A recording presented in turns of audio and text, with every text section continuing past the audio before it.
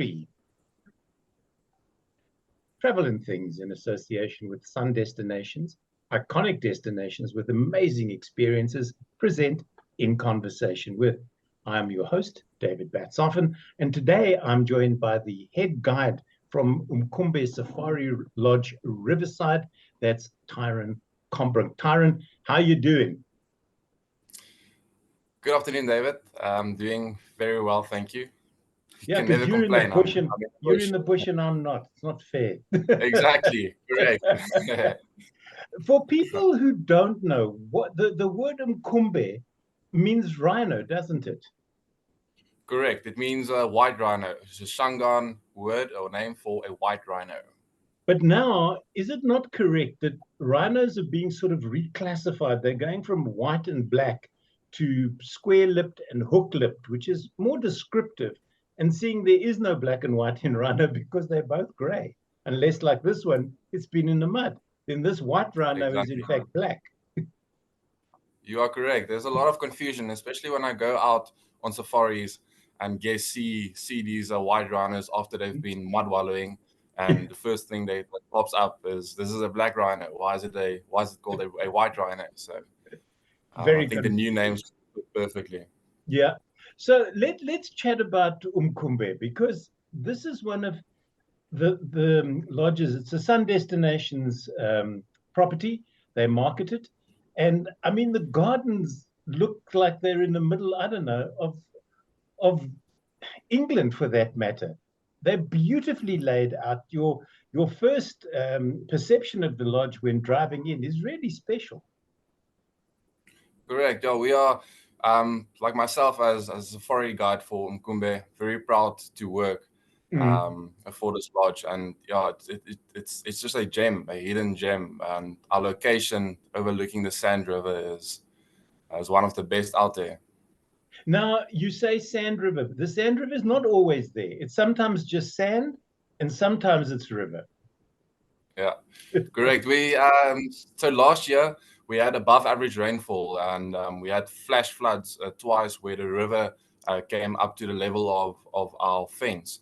So we had above average rainfall, and that allowed the river to basically flow throughout the year. But normally when it's average rainfall, the river dries up during the dry season, which is our winter months, and then it falls up again when it rains. What is the rationale behind this? I love this. This looks more Ndebele than Shangaan, but I may be wrong.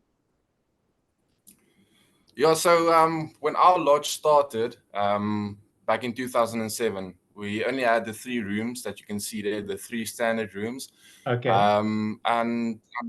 And our owner, he really wanted to keep it simple, keep it comfortable, but also want the guests to have that feeling of being in the bush, in the African bush. I remember he told me when they started the camp, they used to sit around the fire and have dinner around the fire. We never aim to be a luxury lodge. We want guests to be comfortable and enjoy the African feeling, the bush. Talking about enjoying it, I know this particular couple did. I think they came to South Africa. They're from the States, and I think they came to drink wine and see animals. And they did both with such a passion. They really and truly did. Yeah, I think they saw a few penguins on their afternoon drive. You know, talking about penguins, some time ago at a different lodge, when I saw my first pangolin, when the radio call came in, both the guide at the time and I thought that they'd said penguin. And I said to her, if we find penguins in the Klaseri, we are going to make history here. National Geographic will be here faster than you can say camera footage. Yeah, you probably thought that the sundowner stop for that safari guide went on for too long. Yeah.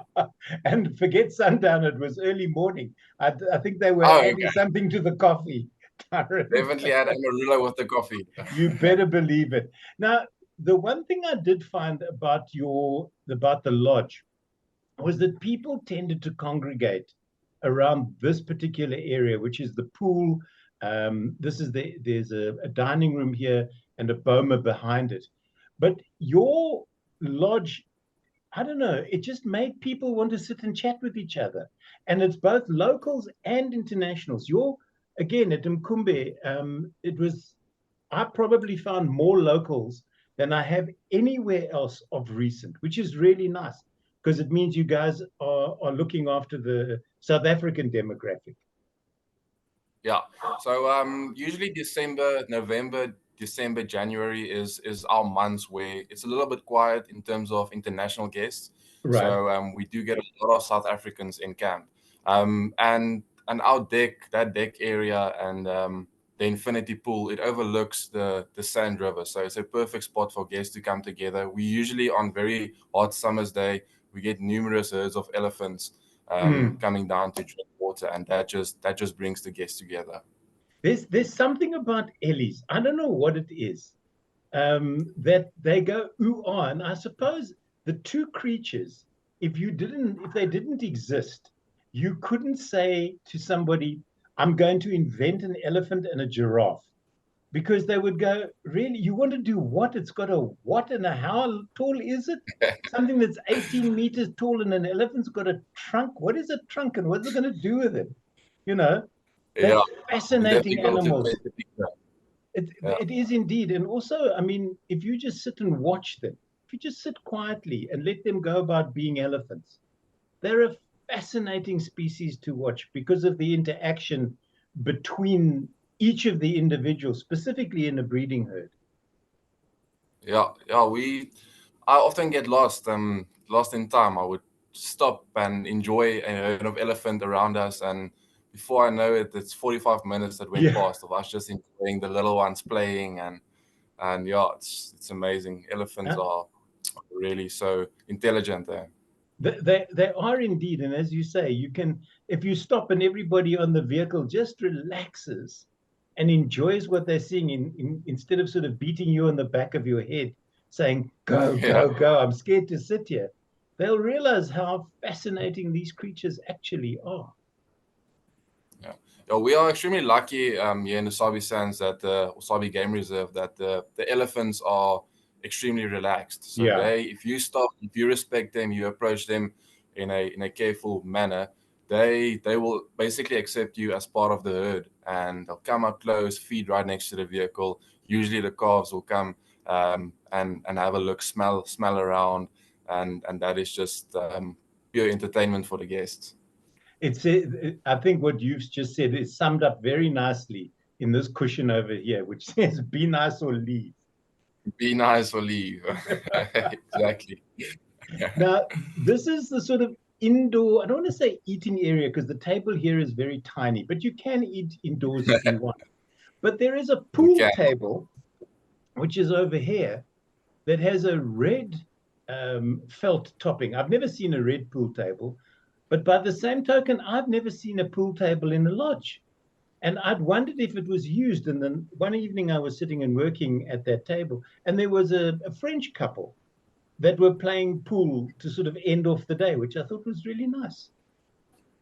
Yeah, and we are a family orientated lodge. Mm. We allow families with very young kids to have their own private vehicle, and then they can entertain themselves throughout the day in between Yeah. the game drives. And for adults alike, we've got a dartboard, a pool table, and yeah, the infinity pool outside. And there's a lot of family games as well, and that Mm. just brings the families together. Which is always important because, you know, I don't want to say you don't want small children in a lodge because beds filled are beds. But you want them to be behaving or enjoying themselves as much as their parents are, because it's all well and good you try and force your child to enjoy being in the bush, but if they're going to kick and squeak and cry, nobody's going to be very happy with them being around. Yeah, I've been here for close to 3 years, and I've never had an awful experience with Mm. families. Most of them come here with the mindset of they're going on safari, so they're extremely excited. And just before we leave on our first game drive, we start with a pre-brief, and they all agree and just enjoy what the bush has to offer. That's wonderful. Now, this was my suite. This is what I think is called a superior suite, if I remember correctly. Yeah. And this Correct. faces the Sand River.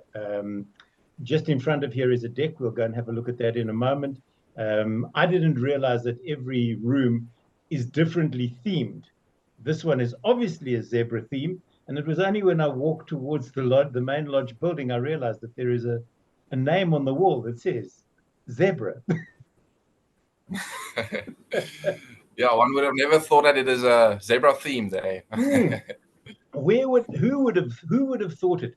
Extremely comfortable, these rooms, and again the view from this particular point. If you sit in the sofa, you don't have to go on safari because the animals will basically come to you. You were talking about elephants. I saw ellies and a small pride of lions. There were bushbuck. There were inyala. I didn't realize how big male inyala are compared to the females. They are huge. Looks like you sort of photoshopped the one into a different picture. Yeah, it's like two complete different antelopes. That Yeah, sexual dimorphism is insane. correct. I discovered, and I don't know if you know this, that in Zulu, they call male inyala ikoti because it looks like an animal in a rain jacket. Oh wow, yeah. Because when the males and females when they're young are the same color, they're that fawn color. But then as the males grow into themselves, they become gray, but the legs are still the same color. So ikoti, because then they look like elderly men in a raincoat. Yeah, that's very interesting. Yeah. Thank you for that fun fact. I'll definitely share There you that go. with the Use guest. use it on your next drive. This is something that I love, and I will shower outdoors if it's snowing. In fact, just after I left you guys, the second camp that I went to, I showered outdoors in a lightning storm. It was very interesting because I was being rained on and showered on, and the trees in front of me were lit by the lightning. It was awesome. It really was. Stupid, but perhaps, but awesome. Yeah. Did you have the shower on, or did you just No, I had the shower on with because I was showering and then the storm hit.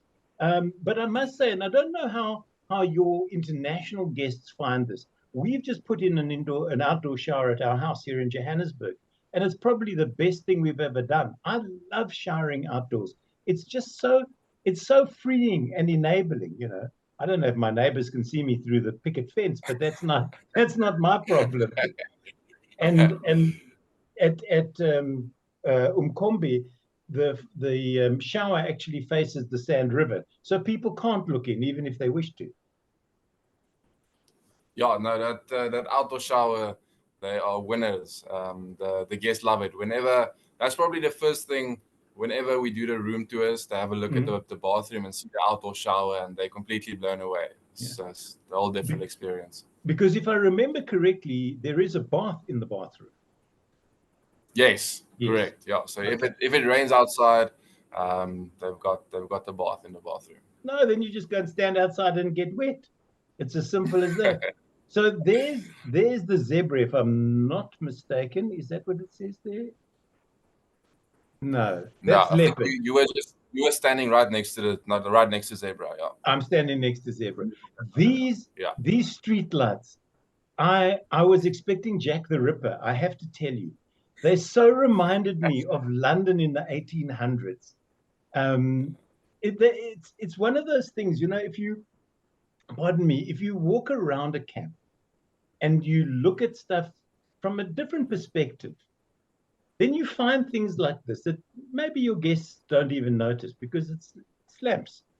But I love this sort of thing, and there's a lot of this detail throughout Umkumbe that is like this, that leads your eye to different places and to look for different things, aside from just being there to go out and see whatever it is that you find while you're on game drive. Yeah, no, there will definitely be something when you leave our lodge. There will be something that you will reminisce about. And Yeah. also our resident female leopard, Natsumi, she loves to scent mark against those lamp lights. Really? Talking Yeah. about female leopards, when I was there, we had the privilege, and it is a privilege to be with leopards, specifically females with cubs. Um, we spent some time with a female and her two cubs. Is everybody still okay? Is everybody still alive there? Yeah. So yesterday afternoon we went on drive and found Mom Natsumi with her two Mm. cubs on a date field, and they all look fit and healthy. Yeah. And then there was also, if I'm not mistaken, a pregnant female that we found one evening at a waterhole, youngish female. Um, Yeah. has she had her cub yet, or you're not aware? Yeah, so I think you're speaking of Nzanzeni. Mm. So her boundary is basically our northern boundary, her southern Right, boundary. So she right. doesn't make a lot of appearances. I think when she was pregnant, she patrolled that southern boundary of hers just to Mm. tell Natsumi to stay away because I'm gonna give birth soon. So we haven't seen her much of late, but Mm. our neighbors Londolozi gave us an update and they had her on a kill and they Mm. could not see any suckle marks or anything like that. So she most likely lost her cubs. People don't realize this, that the mortality rate with predator cubs is quite high. And Yeah, specifically with leopards, because they don't have the backing of like a lion pride, where males and the other aunts and sisters can go out and hunt. These poor things have to hunt for themselves, leaving their cubs alone and just hoping that hyena or maybe even another leopard come along and don't eat them. yeah. I mean those cubs are born altricial, meaning eyes closed, Yeah. completely helpless. So they rely on their camouflage and where Mm. mom stores them in a thicket area where Yeah. she dens them to keep them concealed and away from predators. So yeah, it's tough for leopard cubs. Well, it was interesting because when we saw her, we almost missed her. We were watching buffalo, do what buffalo do in water, which is pee, poo, and drink at the same time. Yeah. They have no filters, those animals, really not. No wonder they always look at you as if you owe them money. I would too, I suppose. But we were just driving off when the tracker went Inkwe, and everybody froze. And then she came out of the darkness to drink at the water's edge. And it was stunning. And we just sat quietly and watched her, I don't know, 10, 15 minutes before she vanished again. And if we'd driven off and we didn't have proper eyes on the vehicle, we would have missed her altogether, which would have been unfortunate. Yeah. Oh, those are usually the best sightings, the ones that are least expected. Yeah. Okay, so you've led yourself quite nicely into the trap that I was trying to set for you, and you've done it for yourself. So, best and worst sightings, or is there a? Let's start with: is there such a thing as a worst sighting, Tyron? Yeah, I don't think so. I don't think there's such thing as a worse sighting or a bad sighting. You might be unlucky and someone calls in a leopard, and Mm. when you get there, the leopard is sleeping in the tall grass, and you just see the ears flicking. And Tip of a unfortunately, there's tail. nothing you can do about it. Yeah, that's just Mother Nature. Yeah.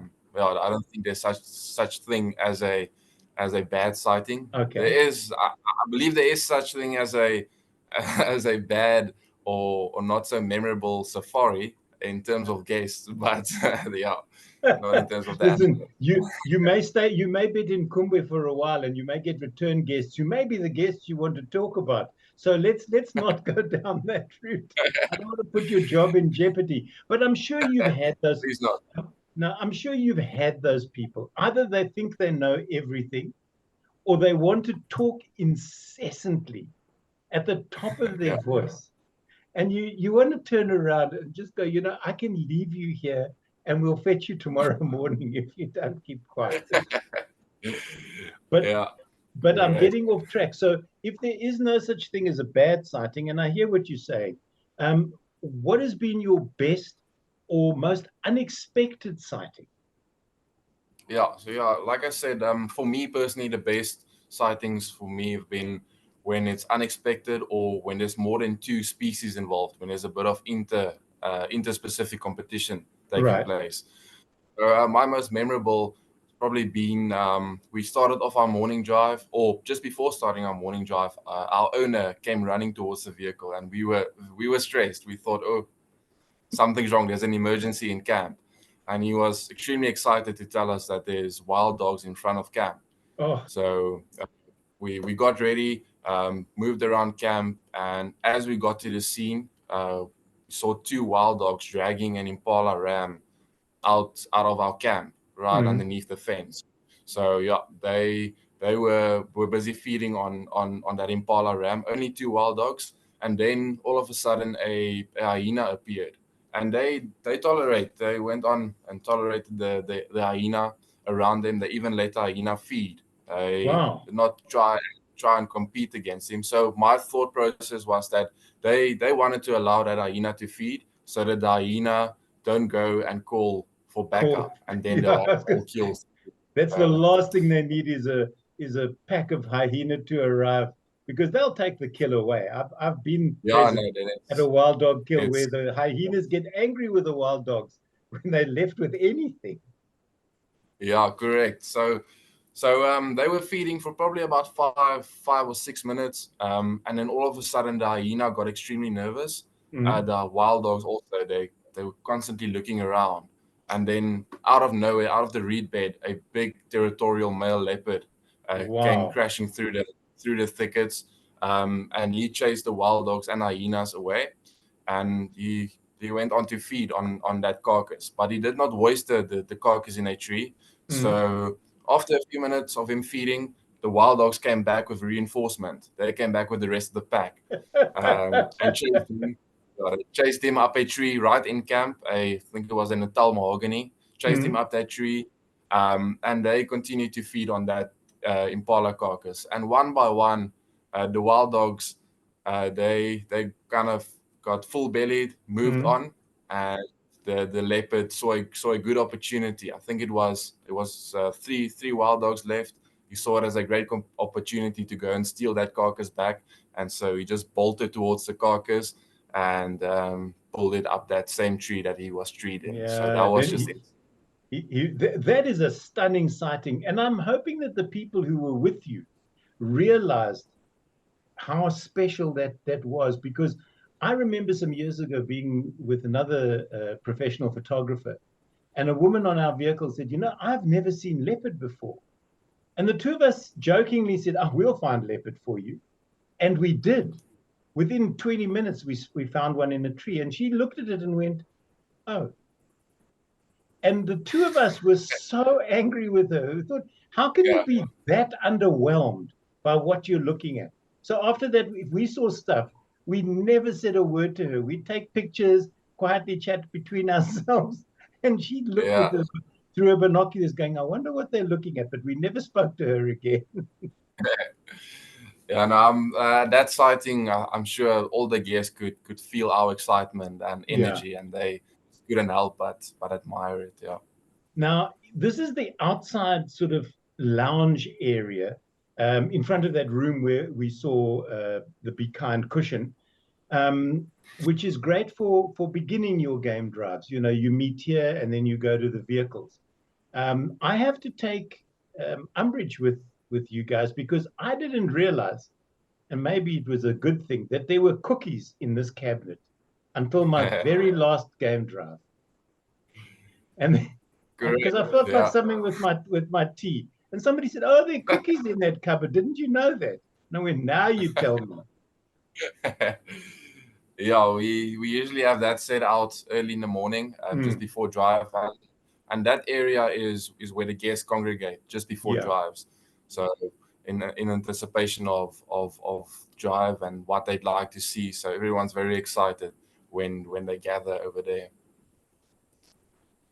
Okay, so now we're sort of jumping a bit. This is the deck at Zebra at my No problem. accommodation. And I found Inyala wandering around here. There were Ellies one patrolling up and down in the background over there. And a really nice, you can just be quiet and sit and be away from the rest of the people in the camp if you wish to be. Yeah, I mean, you can entertain yourself and enjoy the bird calls. Get your binoculars ready. There's usually a lot of movement, especially Yeah. when it's the dry season, and Yeah. there's still water flowing in the river. So the animals are forced basically to go towards the river, drink water, cool off, and then move back to their feeding grounds. Yeah. So if you spend long enough time and scan the area well, there will be something to look at. Now, talking about dry season, it wasn't quite as dry as I was hoping for, but that just caught my attention. You know, as I said to you earlier, I look for little things like this, and they sort of get my attention, and then we move on. Oh, beautiful. There's a boma for people who have never experienced boma dinners before, which is really wonderful, and I think the international guests really start to like this. Yeah, the guests love it. So after evening safari, we do serve dinner in the boma, that enclosed area, and especially in the winter months, Yeah. guests after they've had their dinner, they will put their chairs around the fire and then just talk the night away. This is the thing, you know, because at the end of the day, everybody's experienced something similar. You may not have been at the same sightings, but you've all seen something similar. So you have a commonality while you eat. And even if you don't know each other, you get to know your fellow guests very quickly. Back to the accommodation, there's the zebra theme once more. And that was before I went to dinner. And when I came back from dinner, down was the mozzie net. I love sleeping under mozzie nets. I really and truly do. Yeah. It feels like you're in Wonderland. Yeah, so our lovely ladies, when you're out on afternoon safari, they do a quick turn down, put the mosquito net around your bed, make your bed nice and comfy, and close the curtains. And then you come back to the magic that is. We're slowly running out of time. We've just got a few minutes left. So if people want to book, obviously the easiest way is to go to Sun Destinations website, and they can do it there. Is there a good time? Is there a better time to visit Umkumbe Safari Lodge? And this is the Riverside Lodge we're talking about, because there are in fact two lodges almost on top of each other. Yeah, correct. So we share our concession with the Bush Lodge, which is basically our sister lodge, and they've got the tented camp. So personally, for me, I like the dry season. So our winter months, basically all the months without an R in it, from May up until August, September. I've never heard that. That is the best. That's very clever. That's really clever. I think it was like my grade 1 teacher that told me that. So it just stuck. I've taught you something and you've taught me something today. That's one. Yeah. To walk away from this experience, the better for the interaction. We won't walk away empty-handed. Yeah. That's wonderful. I do prefer the dry season because as I said, water isn't available everywhere. You can kind of predict the animals' movements. The bush isn't as thick and lush, so you can spot animals a bit better. And then in terms of off-roading, because of no rain, you can off-road for big 5 animals throughout winter. Whereas in the summer, extremely thick, a lot of rain, the animals are widespread out, and there is times where we won't be able to off-road, especially in our western sector where there's black cotton swirl, so it's almost impossible to off-road there. So my favorite, I would say, for guests would be dry season. Great stuff. How big is the camp? How many people can you accommodate? We can comfortably accommodate up to about 25 guests. We've got 11 rooms, of which 3 are standard and the remaining 8 are superior rooms. So comfortably 25 guests. Yeah. Great stuff. And then you see the game sightings, we could talk about them all day, because that is where you're situated is a great place for leopard. But you can't guarantee sightings. This is not a zoo that you're in where you can say, and in this cage, there is definitely a whatever. You go out, and what is what was that saying before Drickus fought his recent fight? Hulle weet nie wat ons weet nie. They don't know what we know, and then afterwards, now they know what we know. And it's the same with wildlife. You go, and whatever happens, happens. If I believe, and you can correct me again if I'm wrong, Tyron, if people come to the bush with no expectations, forget the big five, because there's other stuff that's far more exciting. But go with no expectations, and on every drive, as long as you see something different, just enjoy it and be happy and be grateful in the moment. 100%. Usually when I get a group of guests in, and during our pre-brief or my pre-brief, I leave the guests with the saying that have high hopes but low expectations. So just enjoy yourself, enjoy the bush. And that is what I feel we as safari guides are there for, not just to chase after big five animals. We want to introduce guests to small things, trees, tracks, insects, which it's becoming immersive rather than just starting book knowledge, which they can look up on Google anywhere, and they're going to challenge you. Yeah, exactly. My guest today has been Tyron Combrink, who's the head guide at Umkumbe Safari Lodge, the Riverside. Tyron, thank you so very much for being my guest. And thanks for hosting me when I was up there. It was awesome being in the camp. And I highly recommend it to other people who are watching this and looking for a place to go. Thank you very much, David. It's been a pleasure. Time went by very quick. Maybe we can do it again someday. Who knows? My guest once again, Tyron Combrink, who's the head guide at Umkumbe Safari Lodge, the Riverside camp.